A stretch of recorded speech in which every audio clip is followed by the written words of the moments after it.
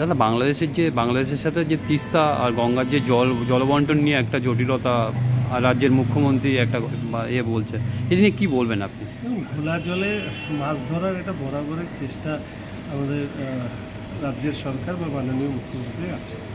তিস্তা সেচ প্রকল্প থেকে শুরু করে আজকের দিনে দাঁড়িয়ে যে দল বাংলাদেশের নাগরিকদেরকে পশ্চিমবঙ্গের ভোটার হওয়ার অনুরোধ করে, সেই দল দুটি দেশের মধ্যেকার যে চুক্তি, সেই চুক্তি নিয়ে বাজারে গরম গরম বক্তৃতা দেওয়ার বদলে উনি তো নিজেই এ ব্যাপারে কেন্দ্রের সরকারের সাথে কথা বলতে পারেন। এখানে একটা রাজ্য সরকারের যা কিছু বক্তব্য সেটা সঠিকভাবে না পাঠিয়ে এইভাবে যে গরম বক্তৃতা দেওয়া, এটা আসলে রাজনৈতিক বাজার গরম করা ছাড়া আর কোনো কিছু লাভ হবে বলে মনে হয় না। আর তার আগে উনি উত্তর দিন না, তিস্তা সেচ জল প্রকল্পের কী হলো? আর এটা 2008 সাল থেকে